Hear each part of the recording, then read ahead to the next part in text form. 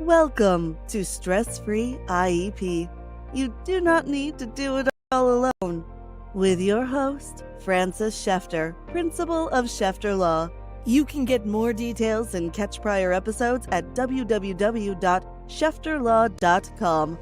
The Stress-Free IEP video podcast is also posted on YouTube and LinkedIn, and you can listen to episodes through Apple Podcasts, Spotify, Google Podcasts, Stitcher, and more. Now, here's the host of Stress-Free IEP, Francis Shefter. Hello, everyone, and welcome to the show. For those of you that have watched my show frequently, you notice I have a little bit of a different background. I am doing live from home today because my whole family has COVID, and I still wanted to put on the show because I know people look forward to it. I will tell you, we might get interrupted by my children. I'm trying the strategy of not telling them I'm in an important meeting, because as soon as I do tell them I'm in an important meeting, they always bother. They always, have something and come knocking on the door. So I if I don't tell them, maybe they won't. So we'll see what happens. But as you all know, I'm a mom too. And, we got to do what we got to do, right? So today's special guest is Sara Gallagher, and Sara has her business, Rising Tides Educational Services. So Sara, that seems so broad. Tell us a little bit about Rising Tides Educational Services, how it came about, what services you provide, so forth. Absolutely. Thanks for having me on. Nice to be here. So after 25 years of being in pre-K to 8 schools as a learning specialist, a reading specialist, a director of student support services, I left the schools last year and just launched Rising Tides this past year. My main focus is I'm a reading specialist by trade. And so my main focus is doing one-on-one intervention work with students. Privatized, meaning sometimes I do push into the schools, which is great to get those daytime hours in. But, certainly for the summer, I go to people's homes. I'm in a school library at the moment because I just work with 3 kids here that I see during the school year.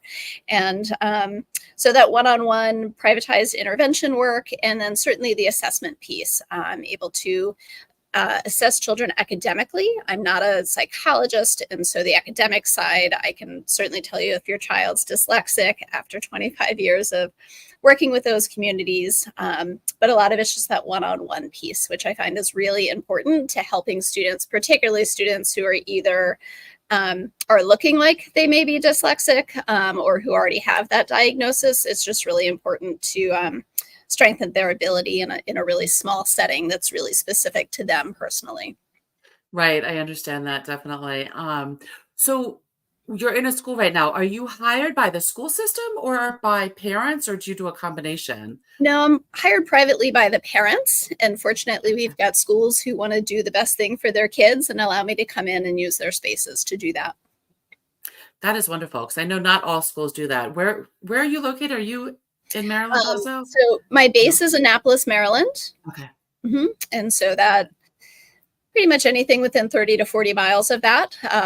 So I do still see some folks in Bethesda. I'm currently in Pasadena, kind of that Route 50 corridor there. Got it. That's great to know, because a lot of schools, I've found a lot of schools don't like to let outside people in. Mm-hmm. What have you done to get over that hump of letting the schools allow you in? Sure. So a lot of it is really helping them understand that I'm an ally, that I'm not against them, that I'm there to coordinate and to collaborate with their teachers and with their administrators to help the child to get them where they need to be. And it's not a slight on them as a school. It's not saying you're not doing your job. It's saying that this child has a specific need that I can really help target and improve so that they do better in your setting, right? Right. And Yeah, so it's no, that's great. It's taking Yeah. that idea of being an ally, that I'm here to help. I'm not here to go against you or whatnot, just because the parent's paying for it privately. That makes sense. And I guess that also makes sense. I'm sure you tell them you're a former teacher to help put them at ease a little bit, right? Yes. Because anybody can say, well, not totally, but anybody can say they're a tutor and a specialist. With or without experience, right? Yes. And the experience makes a difference. Certainly, Yep, if you're looking definitely. to hire a tutor, you want to you want to vet them carefully, because you're right. Unfortunately, it's a term. There's not a certificate that says you're a tutor, Right. but on experience definitely leads the way there. Yeah, and especially with dyslexia, because I know that's such a huge thing, with how, everybody says, "Oh, it has to be Orton Gillingham," but I know there's what is it? Linda Moon Bell. Yeah, Linda Moon Bell, and there's Wilson, that are all different. And it's OG as like one type, but aren't they all like kind of the same philosophy? Orton Gillingham's a methodology. And depending who you were mentored under depends on kind of how you tackle that. So I worked under had the blessing to work under Fran Bauman for many, many years. She did a lot for Maryland, and particularly for dyslexics in Maryland, and getting programming into schools. So I was really blessed to have her as a mentor back in the day. But the progression of sounds and syllables that Fran taught me, if you talk to an Orton Gillingham, instructor in California, they might introduce, open syllables before silent E. Whereas, Fran's book's a little bit different. Ultimately, it's how you're teaching it as opposed to the progression.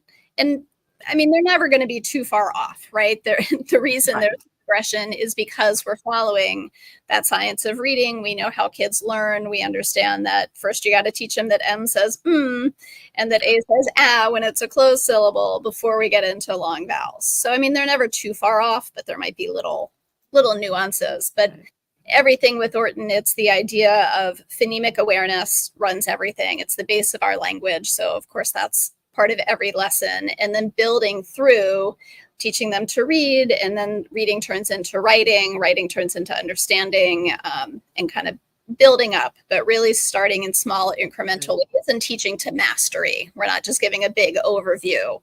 You're teaching to mastery before you give them another skill set to take in. And pacing at the child's pace. Absolutely. Not like, okay, we need to do A's this week and B's next week and C's next week. Exactly. Which makes me crazy, even though that's how I used to do it, because that's when I taught way back when, that's how we were taught to do it, right? What we were told to do. Exactly. Although it was the whole language learning, that everything was based around a book and stuff like that. Yes, right? I am an unfortunate victim of whole language learning. Personal story, I was highly dyslexic growing up, and was a product of, 80s education in elementary and middle school, and whole language was the thing. And they thought, well, just read faster and you'll get it. Well, I can't read the word faster because I don't know what it says to begin with. So I needed an Orton Gillingham model. I needed somebody to say, this is what the sound is. This is what it does when it's next to this letter. I was that kid. Right. Yeah, no, and I definitely understand that. It's funny that you say, not funny, but like that you say a victim of whole language learning, because some kids learn better with the whole language learning, right? Absolutely. 100%. Everybody's brain is wired differently. And so it very much depends. Some kids, it's kind of a joke to some degree, but, they say about 2/3 of the population, you can probably stick in a closet for first and second grade, pull them out, and they're going to be reading with no exposure. Their brains are wired that way for the language. They were able to visually make connections to figure out how to read. But if you don't have that visual connection initially, then you need direct instruction. And the reality is, too, direct instruction benefits everybody. It's not just good for one. It benefits all, because unfortunately, some of those whole language learners, they might read beautifully. They don't know how to spell. It doesn't. I don't spell. Right. It doesn't necessarily connect. You're just memorizing groups of words, but then you get to a big word you don't know, and they don't know syllabication to break that out. Yeah, it's always the biggest joke, because I can't spell. My spelling is horrendous. And I still went to law school. I'm still on law review, so clearly it doesn't really matters. But like today's day, there's spell check. When I was growing up, there wasn't. But but yeah, that's another thing. I probably had a learning disability, but again, school in 70s and 80s for me. Like we didn't do special ed back then. You learned the way everybody else learned. That's one of the things I think like the school systems are really failing our kids these days is we know so much about styles of learning and styles of teaching, and they're not matching them. Like there's so many times I've had cases of clients or even my own kids or friends' kids that clash with the teacher. And it's like, hey, can we just switch to another classroom and see if it just works better? And we're always, they always come back with, well, they're going to have to learn how to work with people they don't like or they don't get along with. I'm like, okay, yes, when they're an adult, when they're now learning the basics, like, I always tell kids and parents, school is tough in many ways, but a large part of that is somebody else is telling you what to do, how to do it, when to do it, where to do it, and when it's due. You don't get any choice in the matter, right? So until we're adults and we can choose our environment to put ourselves like where we can use a learning modality or a teaching modality that's best for us, in school, it's all about the teacher. You're right, which is tough. And particularly with, I guess what disheartens me is that the brain research has been around for years and years. This is not new. It's not new information that we all learn in different ways. And so why is that? I feel like education just takes so long to embrace anything, right? It shouldn't take 40 years to embrace something. Right. And it's, that you say that and, looking back at the history is always interesting because like ADHD was never an education issue. It was always, no, that's a medical issue. You go on medication. That's not something that needs an IEP or services. And finally it is. And then the same with autism, they went to Asperger's and now it's the spectrum. It doesn't have to be before the age of 3. It can be at any age. So with different learners and stuff, like how can you help families like with getting like the assessment? So somebody's like, I know something's wrong. And I say all the time, trust your parent gut, because if you know something's wrong, something's wrong. And figure it out, So how do you help families get through that educational assessment process? Sure. I know that it's a big, scary world, right? You're making not only a commitment of your time, of your child's time, but financially. It's not cheap to do. A lot of families can't afford to go do that full psych ed. So a large part of my job is how do I want to say that? Holding your hand, walking them through the process, right? Helping them understand why it's important to get it, what they're going to learn from it. But more importantly, you get this document and it can be anywhere from 30 to 50 or 60 pages, and that's totally overwhelming. And it's using all kinds of technical terms that aren't part of your world unless you're an educator. And so I've often had many parents that are like, I'm a lawyer. I have no idea what this says. Right. Right. I don't know what this means. And so what I can do is help apply that information to your home and to school and to help prepare and make that path for them. So particularly for students who rarely are you going to get a full psych ed and it's going to say, okay, you need this one thing. Go do this one thing. Everything's going to be solved. Yeah, I wish. So it's my job to help prioritize. Those documents are made for a 3-year term. Well, you can't do all of those things in the first 6 months, right? You can't get a language pathologist and an OT and a reading therapist and whatever else may be on the docket. So helping to prioritize, here's what we can do now, and then helping the family find the right resource, because it's one thing to know here's what I need to do, but how do I get that done? And so just being in the area now for, I've been in Maryland over 20 years now, just having that bank of resources, the whole little Rolodex, and making sure that people, whether it's with me or not, I often send people to other people because I'm not an expert on everything either. So if it's not my wheelhouse, I just want to make sure that they get where they need to be. But really it's that planning and then the little things within the home. So the one thing, your psychologist, they're going to sit down, they're going to meet with you for an hour and say, here's some things to do, but they can't go to your home and say, here's what this actually looks like in your home. And that's something I can do. So I can go to your home and look at that whole page of home recommendations and say, how does this work for you and your family, both economically, time-wise, an environment and space, right? Where are we going to set up the place for your child to have a quiet spot for homework? Because in the middle of the kitchen with 4 other kids running around, yeah, you're right. She's not going to get her homework done here. So let's figure out where that's going to be, and helping them plan and organize their home based on how their child learns. Yeah, that's so important that you say that, because it is important having your safe space, It was interesting. I was meeting with somebody, she's going to be on my show in September, but a therapist, and how she was saying why in-person is so important because of the environment. Yeah. If you're doing a therapy session in your office or in your home or you're in your stress situation, you're not taking yourself out. And I would assume it's the same thing with like tutoring and with, doing homework, like have your space, right? Mm-hmm. Yeah. And just that, yes. So the benefits of one-on-one too is that, kids crave attention. And, you're in a classroom with 25, you've got one teacher and 25 to 30 kids. You can only give that kid so much attention throughout the week. But also being able to work, I think you mentioned earlier, right? Working at the child's own pace. We all learn differently. We all need different amounts of review. And so first off, learning the child's learning styles is so important as a tutor, but then knowing that in that one-on-one setting, I can take the interest of the child. I've got a child who everything is Nerf. Everything is Nerf guns.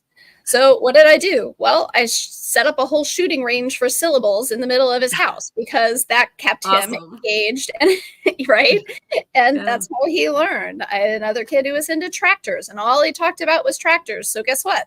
Everything we did was around tractors and parts and assembling. And so being able to use their interest, and, at home, it just, you can grab their stuffies and they're comfortable and they're safe, but it needs to be a quiet spot where they can learn too. Yeah.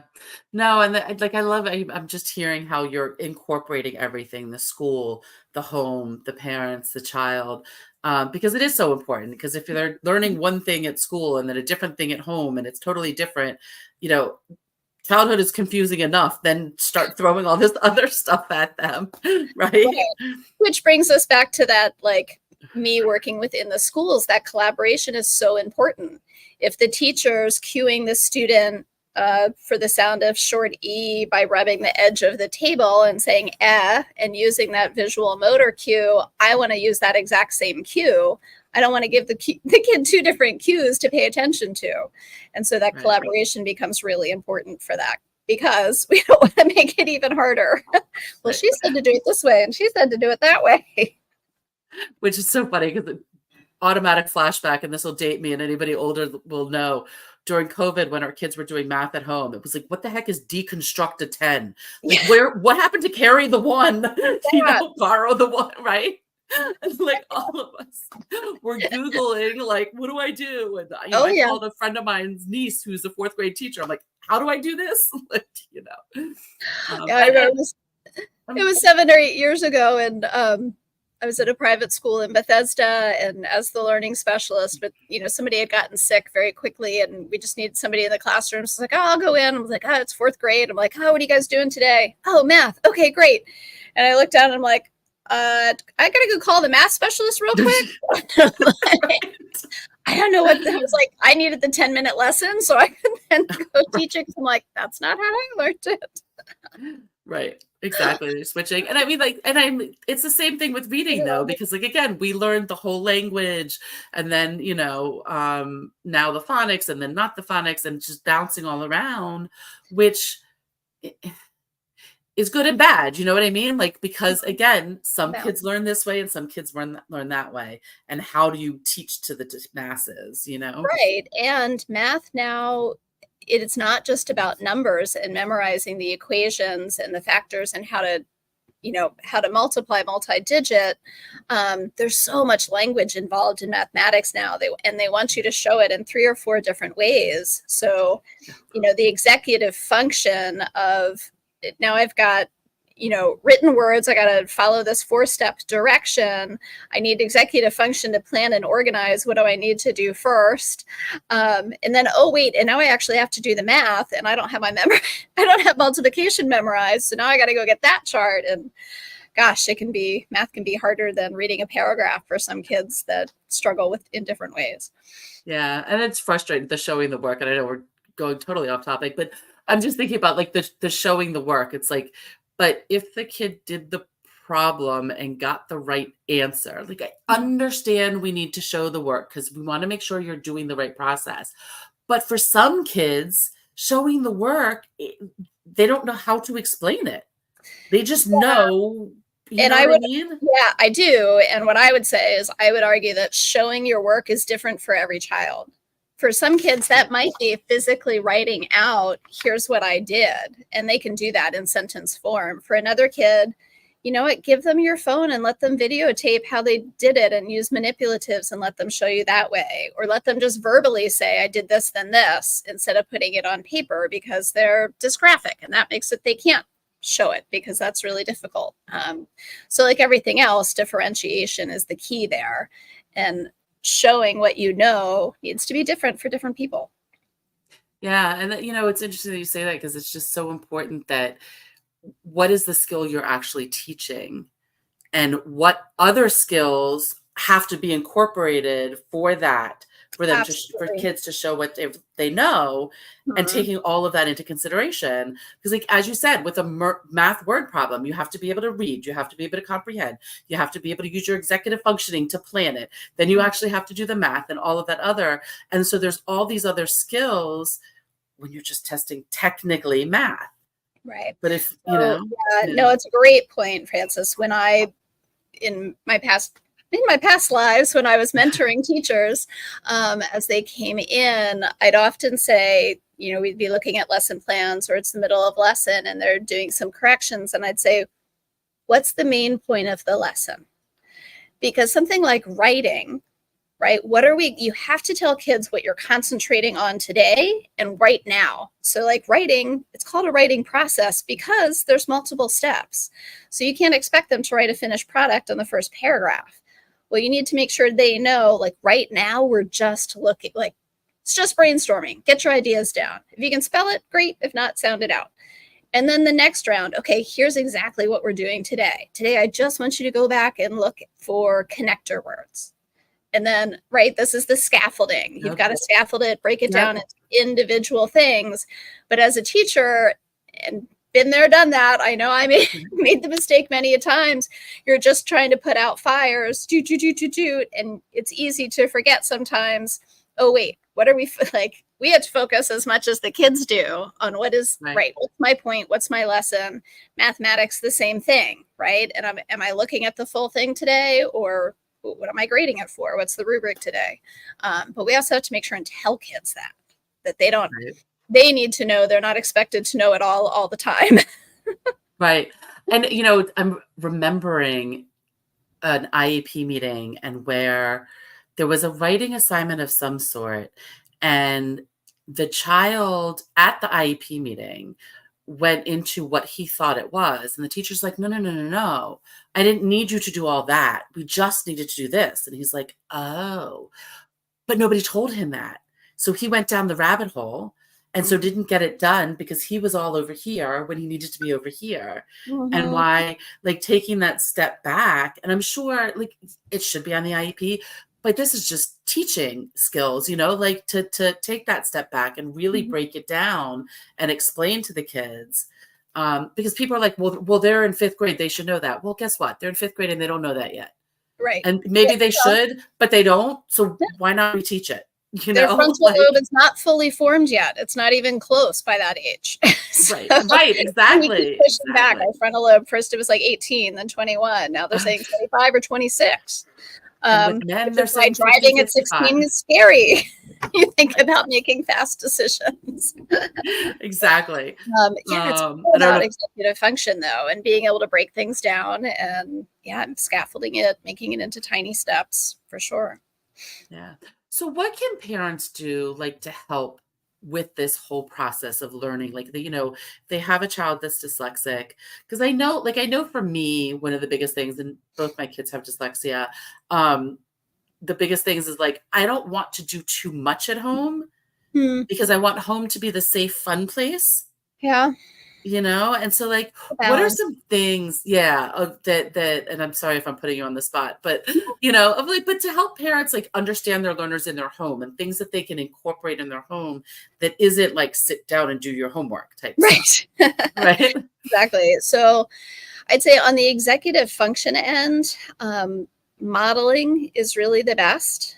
That when you're scattered and looking at your phone for an hour, well, what's your kid picking up when you're doing that? That I'm learning everything by looking at this device and that I can't do it on my own. And so I think it's really important for parents to talk to kids about problem solving.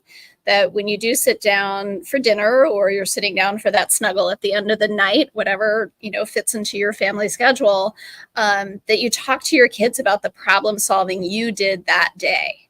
When your kid says, yeah, how was your day? Man, I was at work and I had this really hard problem I had to solve. And I needed to, and, obviously speaking at a kid's level, right? You're not going to go into super details about something, but the idea of, I had to make this phone call and then I looked at this and then I wrote something down and then I went to this person and brainstormed with them to show that you're not trying to do everything yourself either. And I think that takes pressure off kids. It's natural for kids to think that parents it's so easy. They've got it all the time. And I'm now expected to know everything all the time. And that's just not true.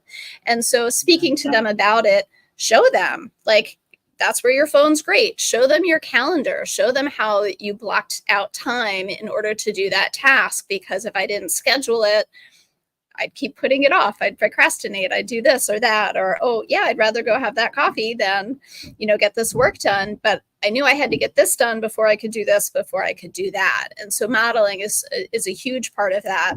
And modeling at home can include everything, like calendars and checklists. Right. Don't just, the power of a checklist. We live by it. I'm chuckling because my husband calls me the queen of sticky notes. If you talked to my colleagues in a school setting, they'd say, oh, she's so organized, she's so planned, she's always on time. Well, let me tell you, that's not natural for me. And if it's not written down, it's not going to get done. If it's not on my calendar, I'm not going to show up. And so that was a strategy and a skill set that I had to learn for myself.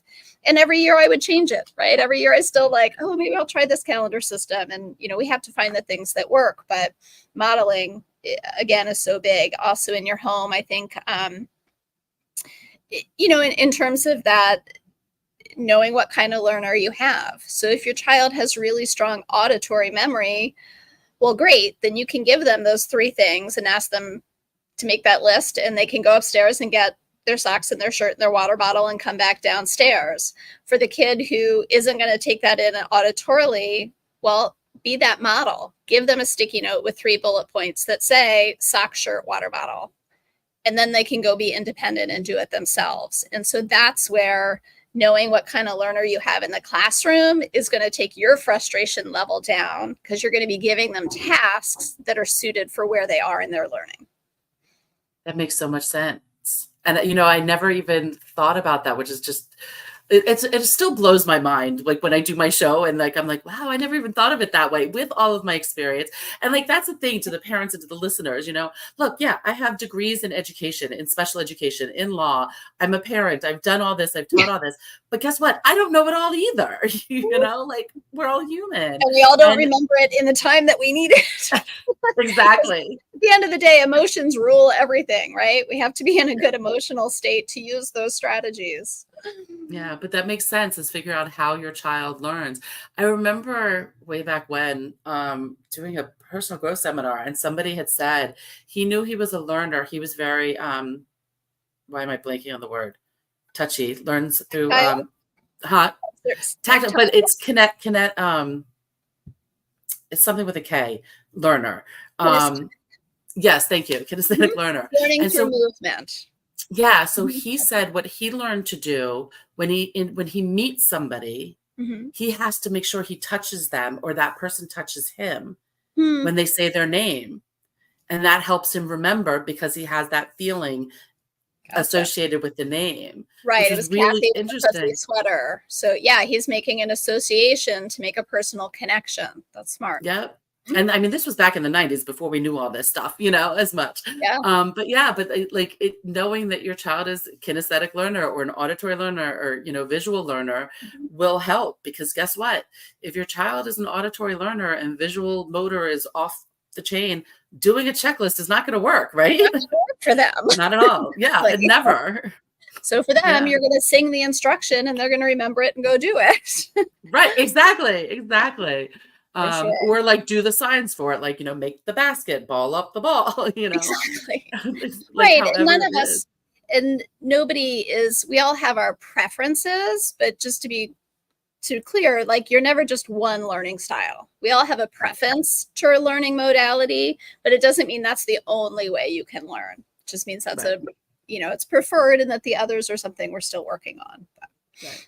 And that's Mhm. why everybody says the multimodality Mhm. learning style is so important. Exactly. The Um, more which senses we use, the quicker we learn something.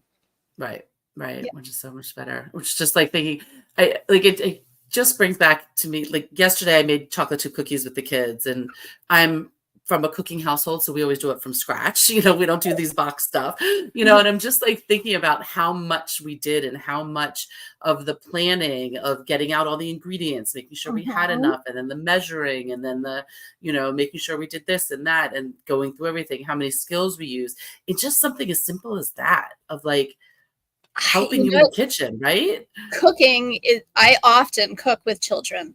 It's a wonderful executive function because planning, organizing, there's steps in the process, right? You yes, can you put the sugar with the egg and then the flat like there's steps that make sense, right? Dry ingredients and then wet ingredients and then you slowly fold it in. You don't just like slap it all together because then it gets concrete, right? Yeah, no, cooking is a great thing to do with children. I just was thinking a student as an introduction section, I took everything to make mini chocolate chip, like the one batch chocolate chip cookies that you make in a mug, you know, Oh, yeah. and it was great. And I got to know him. He got to know me. I wasn't like coming in and being like, I'm going to assess your brain now. I was like, Right. hey, let's make chocolate chip cookies. Okay, I can do that. And just helped him feel at ease. But it also was so insightful to me because I saw what he could and couldn't do independently in a very casual Mm, setting. And so it helped me then plan that academic piece that later came. Um, but yeah, yeah. anything cooking, baking, kids need chores. They've got to have some responsibility too. And it's not just the responsibility piece, but it's learning the timing, right? If I don't walk the dog every day at 5, what happens? The dog pees in the house. Now I have to clean it up, and that frustrates me. So, how do I stop having to clean up? Well, I've got to follow a schedule, right? The dog's not in control Right. of opening the door, so I've got to do that. So those chores are more than just building responsibility. It's planning again. It's organizing. It's all executive function. And if I do this, then emotionally I feel good because I accomplished it. And Right. all wraps together. And the big thing in my house is the kids are like, "Well, do I get money if I do the chores?" I'm like, "No, you're part of the household. You get mommy and daddy less annoyed and less tired because you're doing some of the chores, so we don't have to do it after you. I love it. And then look, we have fun and we get to go do this instead because the dishes are all done because you helped clear the table, and they're seeing it And I'd that say way. And yeah, there's a balance of a time and a space. There's part of just nope, you're part of this family community and this is how we work together. And then there's maybe something separate of something to work towards because that's long-term planning. And so for young kids, right, they want it instant gratification. And unfortunately in the right, world, I think most adults at this point, we all want right. instant gratification. It just feels better. It's Yep, crazy, but it's why I like cleaning because I can look at it and go, I did that.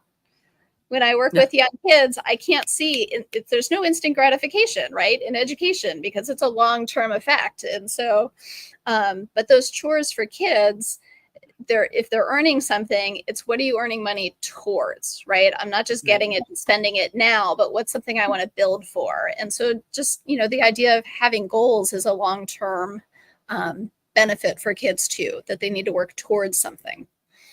Right. Yeah, that makes sense also. And I know there was something I learned, and I'm trying to remember what it was, but something I learned about with saving money to teach kids, like spend a third, save a third, donate a third. Donate a third. Yep. Right. Which not necessarily those, but that's the way some people teach it. But but that's the idea, is to teach your kids of like, spend some now. Like, yes, you want to go get that lollipop now, but remember those roller skates you wanted to buy. Let's put some away for that. And then like, just connect that. And then how can you help somebody else who doesn't have it? Yeah. Right. Exactly. And even if it's, one of the things I do is like birthdays and stuff like that, when my kids get new toys and stuff that comes in, I was like, okay, let's go through all of our toys and see what we're going to give to other kids that aren't as lucky as you are to get new stuff and all of that. Right. Which is always nice. Although, yeah, they're like, well, Mom, I just gave away 5 toys. Can I go get a new one? And I'm like, no. Like, that's not exactly why we do it. We do it because we're done with it, not just to get something new. We only have so much space. So yeah, unfortunately, we have way too much space. Like we it's amazing how that happens, is that, you live in a smaller house and, all this stuff, and like you move into a bigger house, and like, where did all this other stuff come from? Like, how did it fit in that smaller house? You know what I mean? Like how like what, although a lot of my stuff is, being an older parent, that all of my friends are like, oh, look, we're done with all this stuff. Here, take this. Here, take that. And we had the room. So like, all right, fine. We'll put it in the basement. All of a sudden we're turning around and we're like, wait a minute. Like, yes. As long as there's still that one kind of clutter-free space for work. Yeah, we're working on it. So that's always something. This has been so awesome. Like, I love it. Like, it's just, I feel like we could keep talking forever about, all this stuff. Like, but I mean, I think like my takeaways is like making sure you learn how your child learns. Yes. And then help make the wraparounds in school and home, and find that balance. And it goes back to that adage of, the village, is that, yes, you're the parent and you're an expert in many things around your child, but you don't need to do it alone. Yeah. And a lot of times you shouldn't do it alone. And that coordination and the collaboration between home and school and any outside service providers that your child may need, make sure everybody's really collaborating and coordinating. And build that consistent routine by knowing who your learners are and how to work with them at home. It's not just for school. They need to do that across. Right. Hannah, I'm in a show. Go. Oh, please. This is so as I said, we'll see what happens. 5 minutes. Thank you. She'll survive. Okay. But the other thing is that what you said is the modeling. Mm-hmm. So as parents, getting help for things is modeling for our children of that it's okay to need help for things. Absolutely. And to move forward, is so important. So, I mean, what if people want to get in contact with you? What's the best way? How should they reach out? Sure. So my website's risingtidesedu.com, and email's just my first name, Sara risingtidesedu.com. I would love anybody to reach out. On the website, there's the little button. You can fill out a form or just send me an email. Would love to connect. I love having conversations with parents to help. If you're in that initial place and you're overwhelmed, give me a call and I'm happy to talk through, like, at least so you would know some options and kind of where to move forward. Because there's no need to be frustrated. There's help out there. Which is one of the biggest reasons for this show, is to tell parents, like, look, you don't have to, here's your community. We've got you, Yes, pick and choose which works. Yeah. So thank you so much for being on the show. This has been wonderful. My pleasure. Thanks so much. And I hope everybody gets healthy soon. Thank you. You've been listening to Stress-Free IEP with your host, Frances Shefter. Remember, you do not need to do it all alone. You can reach Frances through shefterlaw.com, where prior episodes are also posted. Thank you for your positive reviews, comments, and sharing the show with others through YouTube, LinkedIn, Apple Podcasts, Spotify, Google Podcasts, Stitcher, and more.